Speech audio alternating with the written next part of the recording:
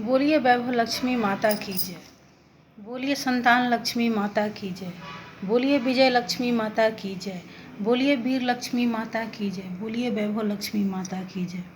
सीठ मांगे राम से कैसे कंगला से सीठ बना। देखा जाए तो यहाँ पूरा संसार में लक्ष्मी जी को नृत्य कर रहा है। चारों ओर हर छोटा बड़ा प्राणी धनवान बनने के चक्कर में पड़ा रहता है। एक वैसे ही प्राणी मांगे राम था, जो छोटा सा व्यापारी था। तेल या कोई सामान खरीद कर अपने स्टोर में भर लेता था, जो उसे बेच कर लाभ होता था, जो अपना जीवन व्यतीत करता था। हर बार हर काम में तो लाभ नहीं मिलता था।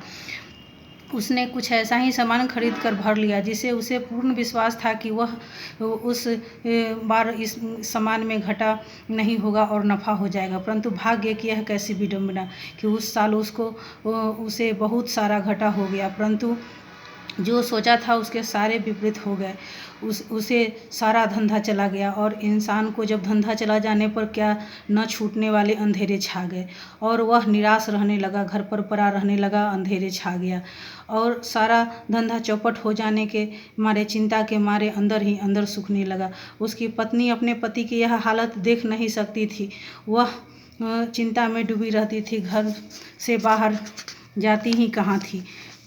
खाने को कुछ नहीं रहता था, दूसरी ओर कारोबार बंद हो गया था, तीसरी ओर उसकी पत्नी ने खटिया पकड़ ली थी, और कहाँ जाए। इन्हीं चिंताओं में राम देवी रात रात भर सो न पाती थी, नींद आती ही कहाँ थी। वह हर रोज़ सुबह विष्णु भगवान जी के मंदिर में जाती थी।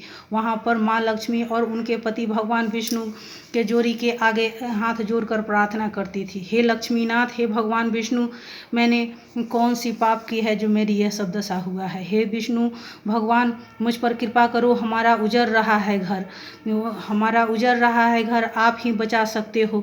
मेरे पति ने खाना पीना भी छोड़ दिया है, इस हालत में मैं क्या जीवित रहूँगी। प्रभु आप ही लक्ष्मी जी से कहो कि हम दुखियों पर कृपा करें, नहीं तो हम दोनों पति पत्नी मर जाएंगे।